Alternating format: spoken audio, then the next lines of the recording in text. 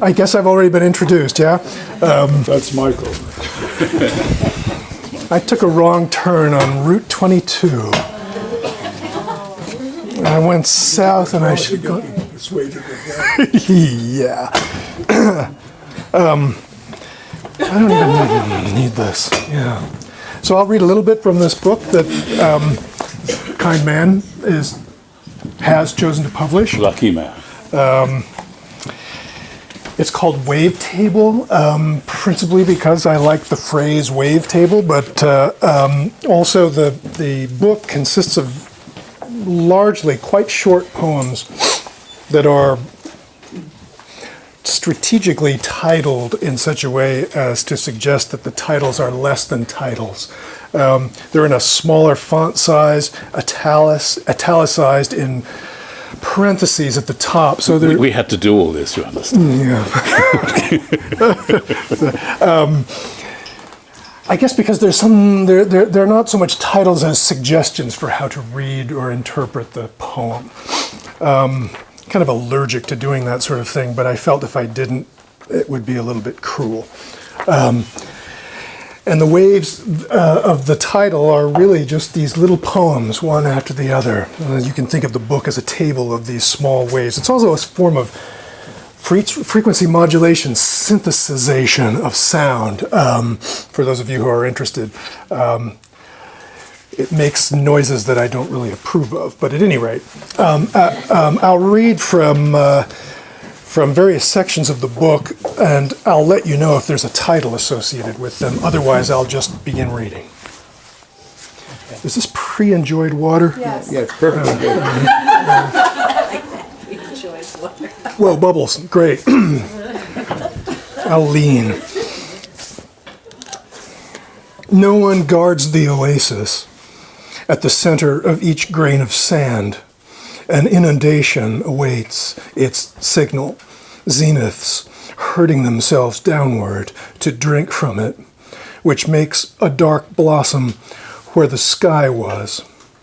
With these drained heavens will I polish my detection equipment. Another eclipse is at hand. The king's contortionist withdraws. Complicated thunder spreads through underground stations. What is the devil's colon? Path of the typhoon, says the council of the wise. So much for the wise. The children turn their faces cloudward. From their open mouths, air raid warnings issue.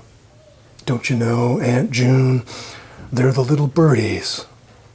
On a wire strung from two Cheerio-sized muscles in the face of the horizon, paper-thin strips of the clown billow in the wind.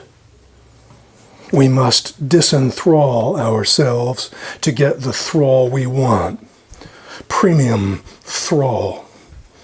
Who wants to raise the evidence dome?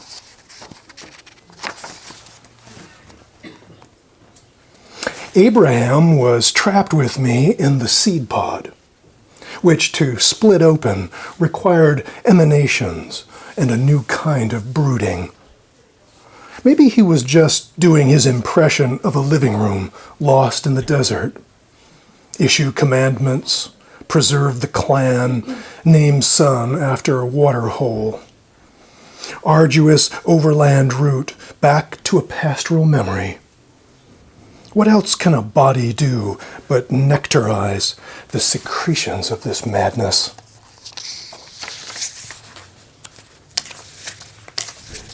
For all you fans of the Old Testament. Blood in the sand, on the espadrille. Cries issue from a tomb. I mic a tureen in the villa. Too much thinking weather. Does anyone here remember getting off the bus? And how am I to raid the hollow pillar? Having no liquid phase, it sublimates directly into a gas, going around calling itself the deaf balloonist, mind. In lieu of iron flocks, coming up through its cheek. Phlox is a species of flower, or a group of birds. The third signal tower fell. I dropped the implant. When we came to, we were staring at ears of corn, all chrome, 30 of them in a row, grill of the Bastardstown coop. Crazy. I wasn't made for this. Joanne would be waiting dinner for me. Flank support had stayed behind to realign the optics. Anonymous black two-doors were crossing the tarmac, as always. Many are the words for rudder when the helmsman is no more. What were we going to do anyway? Issue writs? Even Sensei was gone, opening a sundry shop in his mind.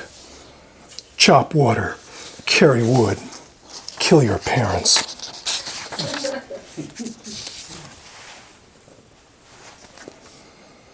Quiet as a muffled rape under the bleachers, the smell of new office space explains why there's so little B-complex in so large a bottle.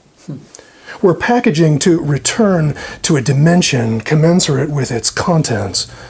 The subtle shock, purring like a microwavable twilight of adult contemporary 103, would eat away the nerves and their sheathing with its acid of martyred presidents, of nubby bouclé and pre-sweetened cereal, straight through to the bastardized horse sacrifice at the center of the Protestant night.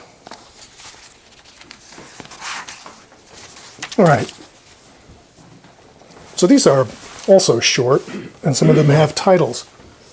Anyone here remember the McMartin preschool case? Mm-hmm. Yeah, big deal. Back in the late 80s, mid 80s, this preschool, nursery school, preschool was targeted for lawsuits around child molestation.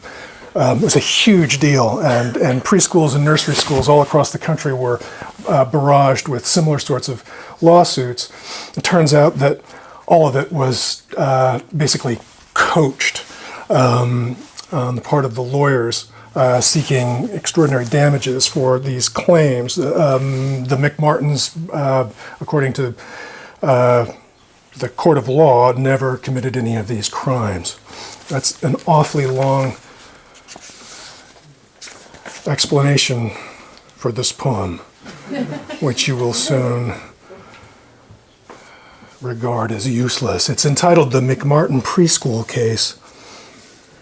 The brilliant clarity of water was long presumed void of all but varieties of limpidity, stillness, concentric fluctuation, form within flow as of liquid thought, yet put to lens, proved dense with the translucent sides of animalcules, which, barely more than a thickening of the water's motive, still, when measured against the membrane of the concept, appear wholly opaque, as is said also of the obtuseness of angels, through whose wings the finer variants of light shall never pass.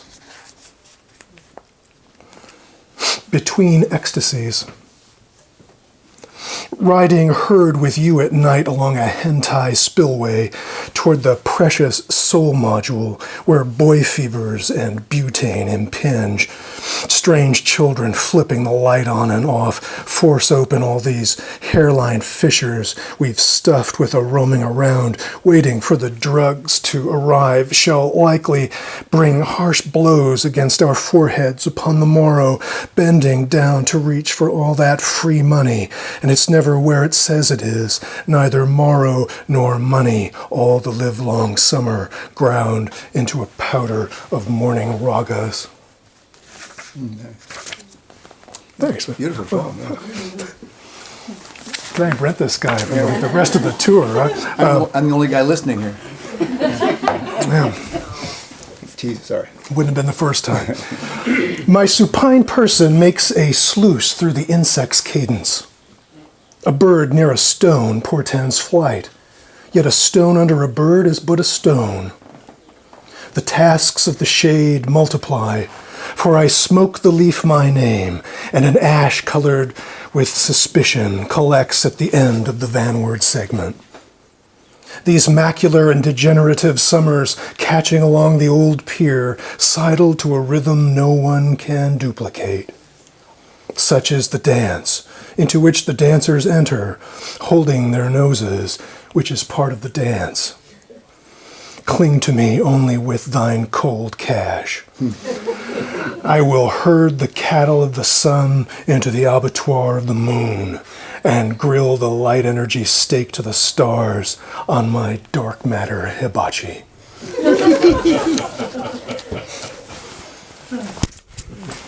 Of course, I always ask Mary for the watch, and then I fail to note what time it was that I started.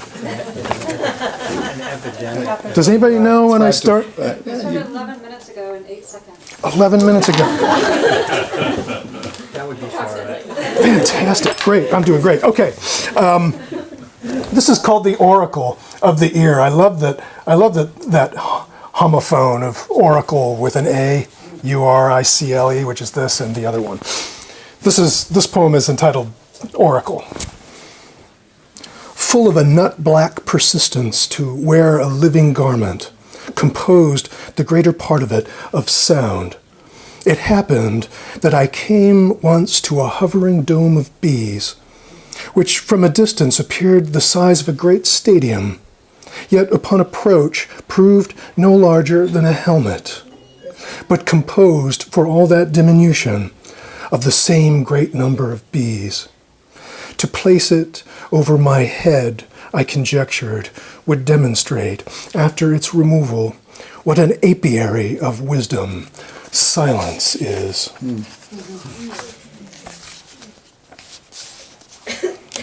All right. I rarely dip into autobiographical detail in poems. I usually save that for the other thing that I do. But I'll leave it at that. The title of this is called Gulf Stream. Who shall consider the cuckold, his movement through space, in proportion as he hates himself, while following her, his tormentor, through the rooms of his house? He would be avenged. Though he stare at the back of her head, how in the coming days he imagines his requital, a most fitting auto-da-fe, her face by his own hands twisted around into alignment with the back zipper of her dress, polluted and unrepentant visage, a dual wake feathers behind her of displaced air. She passes all understanding. He shall follow behind her all the days of his life. The air through which he moves thick with minute knives. She will not look him in the face. A son witnesses the two as they pass, his mother walking as if to step out of a garment, his father an impotent persistence. The son falls in behind them. A turbulence of minute knives gathers, mounts behind his father's head, manu cornuta, like an impala's. The boy bends one way then another in good shift, but cannot avoid. They shoal in an oxbow formation around his mother, dual wake of knives and vortices closing in behind her, make an envelope of shame around the husband, behind whom a geometrical increase in turbulence. Horns rise, grand as an impala's, from his head. Great swarms of trailing knives ripple and convolve in dense spirals, elaborate with imputation. Tell of empires, of intricate, obscure grievance, as cuts to the boy's face and breast, ever unable to say who or what cuts him. For all the swarming, his anguish will not betray an original. It must lie with some fault of his own, traceless wounds, unaccountable weather.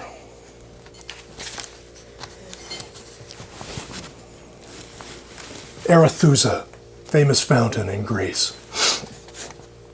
Poem's entitled Arethusa. If an unbroken thread of milk should terminate at the point of its efflux into the infant's mouth, the nipple, then understood as the child of the milk, which to pull away from its source by a coordinated effort of child and breast is itself the true milk. If a milk breaking into hardened splinters at the saying of its source, if it feed no one, if to live is to be drunk with it. Traditional poem about mountaintops. No shit. Cool alpine dimension, the air clear, tree, shrub, berry, crisp against the outward surging tips of mountains. Life here has raised itself slowly into its stark provision, by inches, extended along a gnarled chain of calculations, to tow brute peril, the substance of its fate. Severe, the increment of reach, and lowly, at extreme heights, where even the meanest creeping root dignifies itself along a scale of inches dearly earned. Precipices themselves breathe in bright inscrutabilities only their neighbors can forge into a cold approximation of understanding. The impossible frugality to which they are consigned by remote impulses confers on them the appearance of an eternal undertaking beyond the superfluities of speech. This one's called Skin Weather Memory. Day breaks the hours, yoke on night's rim, grows into a spark, sleeps, dreams. Day enters dream rapidly, drinks itself into knowing it sleeps. Day does slide into late form of previous skin, weather, memory. You call it what slides into its broken hours. Sleeps, dreams, never wholly itself as night alone, not another modus of passing time. Breaks bread, knowing day as not night. I guess the last one I'll read, I have a couple of new things. It's called Windowed Monads, which is kind of a recondite reference to an ultimate simple, an atom, a metaphysical atom in a famous text by the German philosopher Leibniz. He spoke of these building blocks of being as windowless monads. They didn't have any dimension. Their only predicate was that they were, and the simplest things imaginable. I've been trying to train myself for the last 30 years of my life to think in a completely opposite way about the simplest things as events rather than things.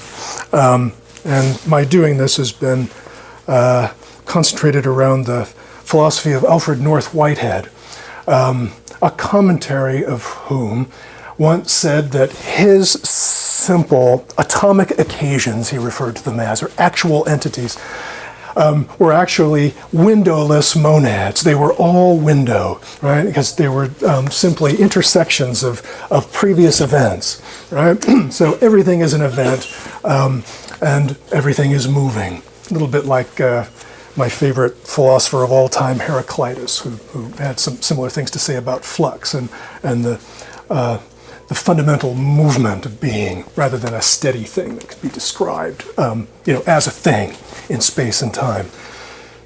Being can only be defined in time, right? So this is called Windowed Monads, and it's kind of it's a very short poem, a tribute to Alfred North Whitehead. Poets also like to think of movement through time as the movement from what we call an image to another image, and the way that happens has very little to do with our consensus understanding of the space-time continuum. It's far more interesting than whatever you learn in science class. Windowed monads. Pulsatile. That's the longest introduction to a poem I have ever given in my life. Pulsatile, indeterminate, and overlapping occasions are the atoms, arrayed momently. A kudu is like an antelope, but it's an ungulate, right? And it's got these beautiful horns. And what's the title mean? Pulsatile. Is that the? Oh, pulsating. Okay. Right? Yeah. The title is Windowless Monads. Okay. Right? All right. Here we go. Pulsatile, meaning pulse-like. Kudu is the deer. Pulsatile, indeterminate, and overlapping occasions are the atoms, arrayed momently in upward spirals of the lesser kudu, its horn, and harmonic discharge thrust out, glory so shall grow from its head, uncontended, along the pure flame of animal form, such audacities deposited against or as an impulse of horsemen, galloping through the etymological drift, to neither conquest nor turbulence need we resign ourselves, nor to the fate of our conceptions, these atoms, whether hearse or comet, their interior nature, so to approximate the flow across great remotions of space,